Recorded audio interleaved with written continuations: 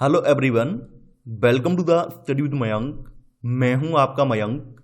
हम लोगों की यहां पर एनसीईआरटी ज्योग्राफी क्लास 12 की पाठ्य पुस्तक भारत लोग और अर्थव्यवस्था की बहुविकल्पी प्रश्नों की सीरीज चल रही है। आज आपका यहां पर अध्याय तीसरा है। यहां पर हम लोग मानव विकास से संबंधित प्रश्नों को देखेंगे। तो चलिए स्टार्ट करते हैं आज का वीडियो। देखते हैं हमें क्या क्या डिस्कस करना है। यहाँ पर पहला प्रश्न है, मानव विकास के संबंध में निम्नलिखित कथनों पर विचार कीजिए। मानव विकास शिक्षा, स्वास्थ्य सेवाओं और सशक्तिकरण के अवसरों में वृद्धि की प्रक्रिया है। प्रगामी लोकतंत्रीकरण और बढ़ता लोक सशक्तिकरण ये मानव विकास की न्यूनतम दशाएं हैं। वर्तमान विकास सामाजिक अन्याय, प्रादेशिक असंतुलन और पर्यावरणीय निम्नीकरण के मुद्दों के साथ स्वयं को जोड़ नहीं पाया है। आपको यहाँ बताना है कौन सा कथन सही है। देखिए, आपका पहला वाला कथन बिल्कुल सही है। मानव विकास स्वस्थ भौतिक पर्यावरण से लेकर आर्थिक, सामाजिक और राजनीतिक स्वतंत्रता तक सभी प्रकार के मानव विकल्पों को शामिल करते हुए लोगों के विकल्पों में विस्तार और उनके शिक्षा, स्वास्थ्य सेवाओं और सशक्तिकरण के अवसरों में वृद्धि की प्रक्रिया है। तो यहाँ पर आपका पहला वाला कथन बिल्कुल सही है। 1993 की जो मानव विकास रिपोर्ट है ये कहती है कि प्रगामी लोकतंत्रीकरण और बढ़ता जो लोक सशक्तिकरण है ये मानव विकास की न्यूनतम दशाएं हैं। तो यहाँ पर आपका सेकंड वाला कथन ये वाला भी सही हो जाएगा। जैसा कि आप लोग जानते हैं कि वर्तमान में जो मानव विकास का कॉन्सेप्ट है वो खुद को सामाजिक अन्याय के साथ, प्रादेशिक असंतुलन के साथ और जो पर्यावरण से जुड़े हुए मुद्दे हैं उनके साथ जोड़ नहीं पाया है। तो यहाँ पर आपका तीसरा वाला कथन भी सही हो जाएगा। तो यहाँ पर आपके तीनों ही कथन सही हैं। तो आंसर होगा आपका डी वाला, यानी 1, 2 और 3। दूसरा प्रश्न है, निम्नलिखित में से मानव विकास रिपोर्ट का प्रकाशन कौन करता है? संयुक्त राष्ट्र पर्यावरण कार्यक्रम, विश्व बैंक, संयुक्त राष्ट्र विकास कार्यक्रम, अंतर्राष्ट्रीय श्रम संगठन। देखिए, 1990 से संयुक्त राष्ट्र विकास कार्यक्रम जो है मानव विकास रिपोर्ट प्रतिपादित कर रहा है। तो यहां पर आपका सही आंसर है सी वाला। तीसरा प्रश्न है, भारत की आर्थिक उपलब्धियों के संदर्भ में निम्नलिखित कथनों पर विचार कीजिए। सकल राष्ट्रीय उत्पादन और इसकी प्रति व्यक्ति उपलब्धता को किसी देश के संसाधन आधार का माप माना जाता है। विगत वर्षों में भारत में प्रति व्यक्ति आय वृद्धि हुई है जबकि उपभोग व्यय में कमी हुई है। आपको यहां बताना है कौन सा कथन सही नहीं है। देखिए, किसी देश की अगर हमें आर्थिक वृद्धि मापनी है, किसी देश के आर्थिक अगर वृद्धि को हमें मापना है तो वहां पर सकल राष्ट्रीय उत्पादन जो है, यानी कि जो जीडीपी है और जीडीपी की जो प्रति व्यक्ति उपलब्धता है ये किसी देश के संसाधन आधार का माप मानी जाती है। तो यहां पर आपका पहला वाला कथन बिल्कुल सही है। भारत की बात करें तो भारत में विगत वर्षों में जो प्रति व्यक्ति आय है इसमें वृद्धि हुई है और हमारे यहाँ जो उपभोग व्यय है इसमें भी वृद्धि हुई है। जबकि यहाँ पे कमी की बात की गई है तो यहाँ पर आपका सेकंड वाला कथन गलत हो जाएगा। क्योंकि यहाँ पे पूछा गया है कौन सा कथन सही नहीं है, तो यहाँ पर सेकंड वाला कथन सही नहीं है। तो आंसर होगा आपका बी, केवल सेकंड। चौथा प्रश्न है, निम्नलिखित कथनों पर विचार कीजिए। गरीबी व्यक्ति की सतत स्वस्थ और यथोचित उत्पादक जीवन जीने के लिए आवश्यक जरूरतों को संतुष्ट न कर पाने की असमर्थता को प्रतिबिंबित करती है। वर्ष 2011-12 में गरीबी रेखा से नीचे रहने वाले लोगों का प्रतिशत शहरी क्षेत्रों में अधिक है और पूरे देश में 21.9% के रूप में अनुमानित किया गया था। महाराष्ट्र, पंजाब, हरियाणा और गुजरात की जो प्रति व्यक्ति वार्षिक आय है ये उत्तर प्रदेश, बिहार, एमपी, उड़ीसा जैसे राज्यों से कम है। आपको यहां बताना है कौन सा कथन आपका सही है। आपका यहां पर पहला वाला कथन बिल्कुल सही है। देखिए, गरीबी का अर्थ होता है कि व्यक्ति जो है अपनी जो बेसिक नीड है जिसमें कि स्वास्थ्य है और जो यथोचित उत्पादक जीवन जीने के लिए जो भी जरूरतें होती हैं वो पूरा कर पाने में असमर्थ हैं। तो यहाँ पर आपका पहला वाला कथन बिल्कुल सही हो जाएगा। जो 2011-12 के जो गरीबी रेखा के आंकड़े हैं वो ये दर्शाते हैं कि उस समय जो ग्रामीण परिवेश है, यानी कि जो रूरल क्षेत्र है, वहाँ पर गरीबों की संख्या अधिक थी। यानी उस समय रूरल क्षेत्र में जो गरीबों की संख्या थी वो 25.7% गरीब रूरल क्षेत्र में रह रहे थे। वहीं शहरी क्षेत्रों की बात करें तो शहरी क्षेत्रों में उस समय अर्बन में 13.7% लोग गरीबी रेखा के नीचे जीवन यापन कर रहे थे। वहीं पूरे देश की बात करें उस समय तो पूरे देश में लगभग 21.9% लोग जो थे वो गरीबी रेखा के नीचे जीवन जीने के लिए मजबूर थे। तो यहाँ पर कहने का मतलब ये है कि उस समय गरीबी रेखा के नीचे जीवन जीने वालों की संख्या जो है वो ग्रामीण क्षेत्रों में अधिक है जबकि शहरी क्षेत्रों में कम है। जबकि यहाँ लिखा हुआ है कि शहरी क्षेत्रों में अधिक है। तो यहाँ पर आपका सेकंड वाला कथन गलत हो जाएगा। अब देखिए, यहाँ पर महाराष्ट्र, पंजाब, हरियाणा और गुजरात जैसे जो राज्य हैं ये विकसित राज्यों की श्रेणी में आते हैं। वहीं यूपी, बिहार, एमपी और उड़ीसा जैसे राज्य हैं ये पिछड़े हुए राज्यों की श्रेणी में आते हैं। तो महाराष्ट्र, पंजाब, हरियाणा की या गुजरात की जो प्रति व्यक्ति आय है नीचे दिए हुए राज्यों की तुलना में अधिक है, ना कि कम है। जैसे हम बात करें यहाँ पे गरीबों की संख्या की, तो महाराष्ट्र, हरियाणा और गुजरात जो राज्य हैं, यहाँ पे गरीबों की संख्या जो है 10 से लेकर 20% के बीच में है। पंजाब की बात करें तो पंजाब में गरीबों का जो प्रतिशत है वो लगभग 10% से कम है। वहीं यूपी, बिहार, एमपी और उड़ीसा जैसे राज्यों में जो गरीबों का प्रतिशत है वो 30% से अधिक है। देखिए यहाँ पर आपका तीसरा वाला कथन भी गलत हो जाएगा, यहाँ पर आपका केवल पहला वाला कथन सही है, तो आंसर है आपका ए, केवल एक। पांचवा प्रश्न है, 2011-12 के गरीबी रेखा के आंकड़ों के अनुसार भारत के किस राज्य में गरीबों का प्रतिशत कम है? आंध्र प्रदेश, मणिपुर, ओडिशा, उत्तराखंड। देखिए यहां पर पुराने आंकड़ों से पूछा गया है, तो 2011-12 के आंकड़े बताते हैं कि उस समय आंध्र प्रदेश में 9.20% लोग गरीब थे। मणिपुर की बात करें तो मणिपुर में ये प्रतिशत जो था वो 36.89% था। ओडिशा में उस समय, ओडिशा की अगर बात करें तो ओडिशा में करीब 32.58% लोग गरीबी रेखा के नीचे थे। उत्तराखंड की बात करें तो उस समय उत्तराखंड में जो है 11.26% लोग गरीबी रेखा के नीचे थे। तो यहाँ पर सबसे कम गरीबों का जो प्रतिशत है वो आंध्र प्रदेश में था, तो यहाँ पर आपका सही आंसर है ए वाला। छठवां प्रश्न है, मानव विकास सूचकांक 2022 के संदर्भ में विश्व के देशों में भारत की निम्नलिखित में से कौन सी कोट थी? 126, 128, 134, 129। देखिए 2022 का जो HDI है इसमें 193 देशों की रैंकिंग में भारत का जो क्रम था वो 134वां था, और भारत का जो HDI का संयुक्त मूल्य था वो 0.644 था। इसी के साथ जो है भारत जो है मध्यम मानव विकास देशों की श्रेणी में आता है, तो यहां पर आपका सही आंसर है सी वाला। सातवां प्रश्न है, बहुआयामी गरीबी सूचकांक 2023 के अनुसार गरीबी रेखा के नीचे जीवन यापन करने वाले सर्वाधिक जनसंख्या प्रतिशत के राज्यों का सही अवरोही क्रम है? मध्य प्रदेश, मेघालय, झारखंड, उत्तर प्रदेश, झारखंड, मध्य प्रदेश, मेघालय, उत्तर प्रदेश, उत्तर प्रदेश, मध्य प्रदेश, मेघालय, झारखंड, या मेघालय, झारखंड, उत्तर प्रदेश और मध्य प्रदेश। देखिए बहुआयामी गरीबी सूचकांक जो है नीति आयोग के द्वारा जारी किया जाता है। तो जो लेटेस्ट इसके आंकड़े हैं 2023 के जो आंकड़े हैं वो ये बताते हैं कि बहुआयामी गरीबी सूचकांक के अनुसार सबसे ज्यादा गरीबों की जो जनसंख्या है वो बिहार राज्य में है, और बिहार के बाद फिर आपका नंबर आता है मेघालय का। तो मेघालय में गरीबों का जो प्रतिशत है वो 25.46% था। झारखंड की बात करें इसके बाद झारखंड का नंबर आता है, तो झारखंड में ये 23.34% था। वहीं यूपी की बात करें तो यूपी में इस बहुआयामी सूचकांक के अनुसार 70.4% लोग गरीबी रेखा के नीचे थे। एमपी की बात करें तो एमपी में 15.01% लोग जो थे वो गरीबी रेखा के नीचे थे। तो यहां पर आपका सही क्रम होगा मेघालय, झारखंड, यूपी और एमपी। तो आपका सही आंसर है डी वाला। आठवां प्रश्न है, बहुआयामी गरीबी सूचकांक 2023 के अनुसार भारत के कौन से राज्य में गरीबों का जो प्रतिशत है वो सर्वाधिक है? अरुणाचल प्रदेश, बिहार, ओडिशा, छत्तीसगढ़। देखिए अरुणाचल प्रदेश की बात करें तो यहां पर जो गरीबों का प्रतिशत था वो 10.05% था। बिहार की बात करें तो बिहार में गरीबों का जो प्रतिशत था 26.59% था। उड़ीसा राज्य में जो है 11.07% था। जबकि छत्तीसगढ़ राज्य की बात करें तो छत्तीसगढ़ में ये 11.71% था। यानी कहने का मतलब ये गरीबों की सबसे ज्यादा जो संख्या है वो बहुआयामी गरीबी सूचकांक 2023 में बिहार राज्य में है। तो आपका सही आंसर है यहां पर बी वाला। नौवां प्रश्न है, भारत के किस राज्य में निर्धनता का प्रतिशत न्यूनतम है?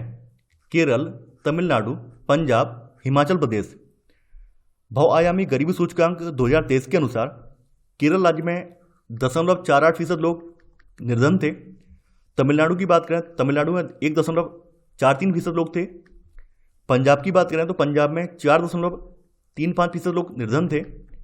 वहीं हिमाचल प्रदेश में जो है 3.88% लोग निर्धन थे। तो सबसे कम गरीबों की जो संख्या है वो केरल राज्य में है। तो यहां पर आपका सही आंसर है ए वाला। 10वां प्रश्न है, निम्नलिखित कथनों पर विचार कीजिए। कथन 1, गरीबी वंचित रहने की अवस्था है। कथन 2, किसी देश का जीडीपी उस देश की जीवन की गुणवत्ता को पूरी तरह प्रतिबिंबित करता है। आपको यह बताना है कौन सा कथन सही है। देखिए आपका पहला वाला कथन यह बिल्कुल सही है कि गरीबी जो है ये वंचित रहने की अवस्था है। यदि कोई व्यक्ति गरीब है तो गरीब व्यक्ति बहुत प्रकार के अवसरों से वंचित रह जाता है, जैसे कि वह बेहतर स्वास्थ्य सुविधाओं का लाभ नहीं उठा सकता है, अच्छी गुणवत्तापूर्ण शिक्षा प्राप्त नहीं कर सकता है, और जीवन के जो अन्य अवसर हैं उनसे भी वंचित रह जाता है। तो गरीबी जो है वंचित रहने की अवस्था है। जैसा कि आप लोग पढ़ चुके हैं, अगर किसी देश का जीडीपी लगातार ऊपर बढ़ता जा रहा है और फिर भी उस देश में गरीबों की संख्या जो लगातार बढ़ती जा रही है, उन गरीबों की संख्या में कोई सुधार नहीं हो रहा है, गरीबों के जीवन स्तर में कोई सुधार नहीं हो रहा है, तो इसका मतलब ये है कि जीडीपी का कोई खास लाभ लोगों को नहीं मिला है। कई बार ऐसा भी होता है कि कुछ जो बड़े उद्योगपति हैं या कुछ बड़ी फर्में हैं, उनके दम पर जीडीपी ऊपर चला जाता है, लेकिन देश की जो बहुसंख्यक आबादी है वो फिर भी गरीब रह जाती है। तो जीडीपी जो है देश की जीवन की जो गुणवत्ता है उसको पूरी तरह प्रतिबिंबित नहीं करता है। तो यहाँ पर आपका कथन सेकंड गलत हो जाएगा। चूंकि यहाँ पर कथन एक सही है तो आंसर होगा आपका सी वाला, कथन एक सही है किंतु कथन दो गलत है। 11वां प्रश्न है, भारत के लिए राष्ट्रीय मानव विकास रिपोर्ट के संदर्भ में निम्नलिखित कथनों पर विचार कीजिए। राष्ट्रीय मानव विकास रिपोर्ट भारतीय रिजर्व बैंक द्वारा तैयार की गई है।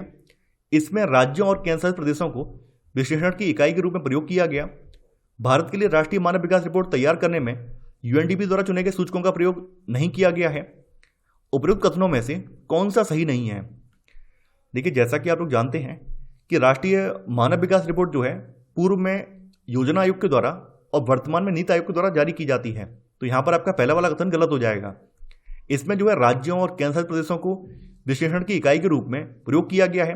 हालांकि अब इसमें जो है जिलों का भी इस्तेमाल किया जाता है। तो यहाँ पर आपका सेकेंड वाला कथन सही है। भारत के लिए जो राष्ट्रीय मानव विकास रिपोर्ट तैयार की जाती है, इसमें यूएनडीपी के द्वारा जो सूचक चुने गए हैं उनका प्रयोग किया जाता है। तो यहाँ पर आपका थर्ड वाला कथन गलत हो जाएगा, क्योंकि यहाँ पर लिखा गया है कि यूएनडीपी द्वारा चुने गए सूचक इनका प्रयोग नहीं करते हैं। तो यहाँ पर आपका 1 और 3 गलत है। तो आपका सही आंसर होगा डी, केवल 1 और 3 सही नहीं है। 12वां प्रश्न है, मानव विकास सूचकांक में भारत के निम्नलिखित राज्यों से किस एक की कोटि उच्चतम है? तमिलनाडु, केरल, पंजाब, हरियाणा। मानव विकास सूचकांक 2022 के अनुसार भारतीय राज्यों में केरल की रैंक जो है सबसे ऊपर है। ये केरल जो है पहले स्थान पर आता है। इसका जो स्कोर है 0.758 है। इसी के साथ ये भारतीय राज्यों में पहले पायदान पर आता है। आपका सही आंसर है यहाँ पर बी वाला। 13वां प्रश्न है, भारत में लिंगानुपात के संदर्भ में निम्नलिखित कथनों पर विचार कीजिए।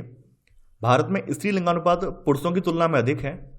सभी भारतीय राज्यों में तमिलनाडु का जो लिंगानुपात है ये सबसे अधिक है। आपको यह बताना है कौन सा कथन आपका सही है।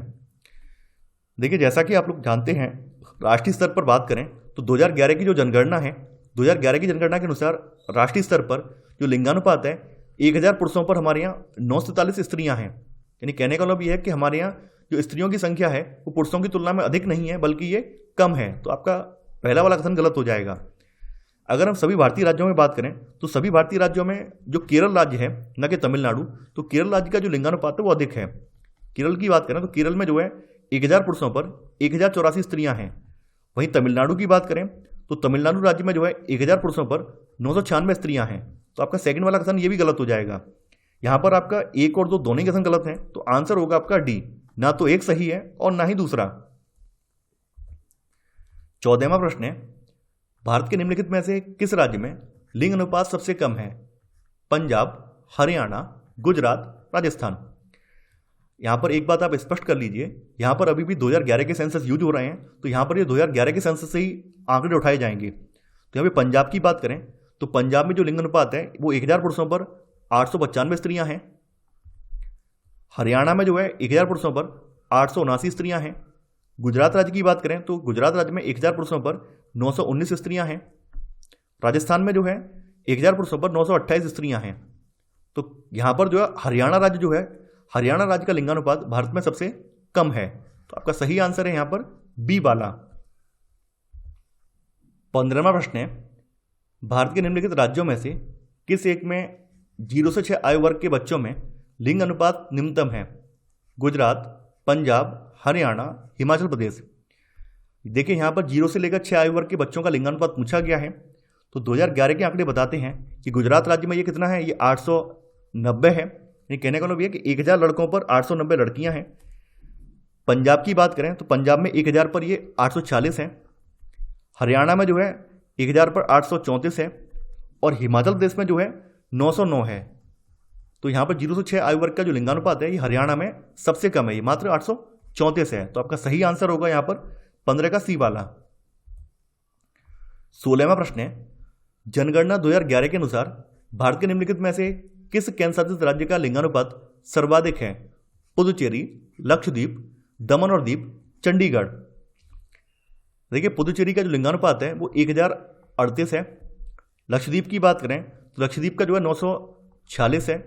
दमन और दीप का जो है 618 है और चंडीगढ़ का जो है 880 है। तो केंद्र शासित प्रदेशों में पुदुचेरी राज्य का जो लिंगानुपात है वो सबसे अधिक है और केंद्र शासित प्रदेशों में सबसे कम लिंगानुपात जो है वो आपका किसका है? वो है दमन और दीप का। अगर पूछा जाए सबसे कम लिंगानुपात किसका है तो वो दमन और दीप का है केंद्र शासित प्रदेशों में, और सबसे अधिक जो है पुदुचेरी का है। तो आपका सही आंसर होगा यहां पर ए वाला।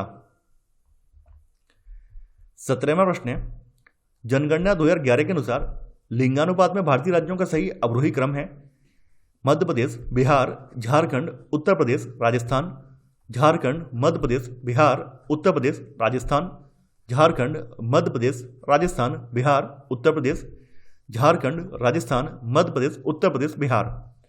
देखिए यहाँ पे मैं बता देता हूँ, झारखंड का जो लिंगानुपात है वो 1000 पुरुषों पर यहाँ पर 948 स्त्रियां हैं। वहीं राजस्थान की बात करें तो राजस्थान में ये 928 है। एमपी में जो है, एमपी में 931 है। यूपी की बात करें तो यूपी में ये 912 है और बिहार में जो है 918 है। तो यहाँ पे सबसे अवरोही क्रम में हमें लगाना, सब तो अवरोही क्रम का मतलब है सबसे बड़ा, सबसे ज़्यादा वाला, तो सबसे ज़्यादा झारखंड है। झारखंड के बाद फिर आपका एमपी आ जाएगा, फिर राजस्थान आ जाएगा, फिर आपका बिहार, फिर यूपी आ जाएगा। तो आपका सही क्रम होगा यहाँ पर सी वाला। 18वां प्रश्न है, भारत में साक्षरता के संदर्भ में निम्नलिखित कथनों पर विचार कीजिए। भारत में कुल साक्षरता लगभग 74.04% है, जिसमें पुरुष साक्षरता 82.14%, जबकि स्त्री साक्षरता 65.46% है। उत्तर भारत के अधिकांश राज्यों में कुल साक्षरता और महिला साक्षरता राष्ट्रीय औसत से ऊंची है। भारतीय समाज में सीमांत वर्गों में साक्षरता का जो प्रतिशत है ये बहुत अधिक है। देखिए यहाँ पर आपका पहला वाला कथन बिल्कुल सही है कि हमारे यहाँ जो राष्ट्रीय स्तर पर साक्षरता का जो प्रतिशत है वो 74.04% है। अगर हम पुरुषों में देखें तो पुरुषों में साक्षरता का प्रतिशत महिलाओं की तुलना में अधिक है। पुरुषों में साक्षरता जो है 82.14% है, जबकि महिलाओं में जो है 65.46% है। देखिए ये जो लिटरेसी रेशियो है ये 2011 के सेंसस के आंकड़ों पर आधारित है। अगर हम बात करें दक्षिण भारत की तो दक्षिण भारत के अधिकांश राज्यों में जो कुल साक्षरता का और महिला साक्षरता जो है ये राष्ट्रीय औसत से ऊंची है। यानी हमारा जो राष्ट्रीय औसत जो है वो 74.04% का है। तो दक्षिण के राज्यों में जो साक्षरता का प्रतिशत है वो आपके राष्ट्रीय औसत से ऊंचा है, ना कि उत्तर भारत के राज्यों में। तो आपका सेकंड वाला कथन यहाँ पर गलत हो जाएगा। देखिए भारतीय समाज में जो अनुसूचित जनजातियां हैं या फिर अनुसूचित जातियां हैं, जो आपके पिछड़े हुए समाज हैं, यानी जो पिछड़ों में भी बहुत ज़्यादा पिछड़े हुए लोग हैं, मजदूर हैं, या फिर जो सीमांत वर्गों में बिलोंग करने वाले लोग हैं, उनका साक्षरता का जो रेशियो है वो बहुत ज़्यादा कम है, ना कि बहुत ज़्यादा अधिक है। तो यहाँ पर आपका थर्ड वाला कथन ये गलत हो जाएगा। यहाँ पर केवल एक ही कथन सही है, तो आंसर होगा आपका ए, केवल एक सही है। 19वां प्रश्न है, भारत की जनगणना 2011 के अनुसार निम्नलिखित में से भारत के किस राज्य में महिलाओं की साक्षरता दर सबसे कम है? उत्तर प्रदेश, बिहार, एमपी, राजस्थान। यूपी की बात करें तो यूपी में महिला साक्षरता दर 57.2% है। बिहार की बात करें तो बिहार में जो है 51.5% महिला साक्षरता दर है। मध्य प्रदेश में जो है यहाँ पे 59.2% है। राजस्थान की बात करें तो राजस्थान में जो है 52.1% है। तो सबसे कम महिला साक्षरता वाला राज्य जो है बिहार है।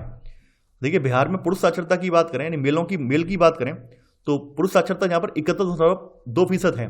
और ओवरऑल अगर हम बात करें, यानी पुरुष और महिला साक्षरता मिलाकर यहाँ पर बात करें तो टोटल यहाँ पर जो है 61.8% लोग यहाँ पर साक्षर हैं। तो यहाँ पर आपका सही आंसर है बी वाला। देखिए बिहार न केवल महिला साक्षरता के मामले में पीछे है, बल्कि ओवरऑल पूरे देश में जितने भी राज्य हैं उन सब में साक्षरता के मामले में काफी पिछड़ा हुआ राज्य है। 20वां प्रश्न है, जनगणना 2011 के अनुसार भारत के किस राज्य की साक्षरता दर उच्चतम है? त्रिपुरा, मिजोरम, तमिलनाडु, केरल। त्रिपुरा की बात करें तो त्रिपुरा में 87.2% है। मिजोरम की बात करें तो मिजोरम में जो है 91.3% है। तमिलनाडु में जो है 80.1% है। वहीं केरल राज्य में जो है 94% है। तो पूरे देश में जो है केरल राज्य की जो साक्षरता दर है वो सबसे अधिक है। देखिए केरल राज्य में न केवल महिलाओं में बल्कि पुरुषों की जो साक्षरता दर भी है वो भी 90 से ऊपर ही है। तो यहां पर आपका सही आंसर होगा डी वाला। 21वां प्रश्न है, भारत के निम्नलिखित केंद्रशासित प्रदेशों में से किस एक की साक्षरता दर उच्चतम है? लक्षद्वीप, दमन और दीप, चंडीगढ़, अंडमान और निकोबार द्वीप। देखिए 2011 की जनगणना के अनुसार लक्षद्वीप केंद्रशासित प्रदेश की जो साक्षरता दर है वो 91.8% है। दमन और दीप की जो साक्षरता दर है वो 87.1% है। चंडीगढ़ की साक्षरता दर जो है वो 86% है और अंडमान और निकोबार द्वीप समूह की जो साक्षरता दर है वो 86.6% है। ये केंद्रशासित प्रदेशों में लक्षद्वीप राज्य की जो साक्षरता दर है वो अधिक है। यहाँ की जो पुरुष साक्षरता दर है यानी मेल वाली जो साक्षरता दर है यहाँ पर वो 95.6% है और यहाँ पर जो फीमेल की साक्षरता दर है वो भी यहाँ पर अधिक है। फीमेल की साक्षरता दर यहाँ पर 87.9% है। तो यहाँ पर आपका सही आंसर होगा ए वाला। 22वां प्रश्न है, निम्नलिखित कथनों पर विचार कीजिए। पहला है, उच्चतर कुल साक्षरता दर्शाने वाले राज्यों में पुरुष और स्त्री साक्षरता के बीच कम अंतर पाया जाता है। शैक्षिक उपलब्धियों के अतिरिक्त आर्थिक विकास भी मानव विकास सूचकांक पर सार्थक प्रभाव डालता है। आपको यह बताना है कौन सा कथन आपका सही है। देखिए जिन राज्यों की साक्षरता दर कुल साक्षरता दर जो उच्चतर है वहां पर जो महिला और पुरुष का जो अंतर है, महिला और पुरुष की साक्षरता में के बीच में डिफरेंस है वो भी कम है। जिन राज्यों में जो कुल साक्षरता दर उनकी जो कम है तो वहां पर महिला और पुरुष का जो अंतर है वो अधिक है। तो यहाँ पर आपका पहला वाला कथन बिल्कुल सही हो जाएगा। जैसा कि आप लोग जानते हैं कि मानव विकास सूचकांक पर जो शैक्षिक उपलब्धियां हैं इसके अलावा मानव का जो आर्थिक विकास है दोनों ही प्रभाव डालते हैं। तो यहाँ पर आपका 1 और 2 दोनों ही सही हैं। तो आंसर है आपका सी वाला यानी 1 और 2 दोनों। 23वां है यहाँ पर, निम्न में से कौन सा युग्म सही सम्मिलित नहीं है? लिमिट्स टू ग्रोथ, ये रिपोर्ट है 1972 में आई थी। Club of Rome, small is beautiful 1974 एक किताब है। Mahatma Gandhi, our common future 1987 में रिपोर्ट आई है।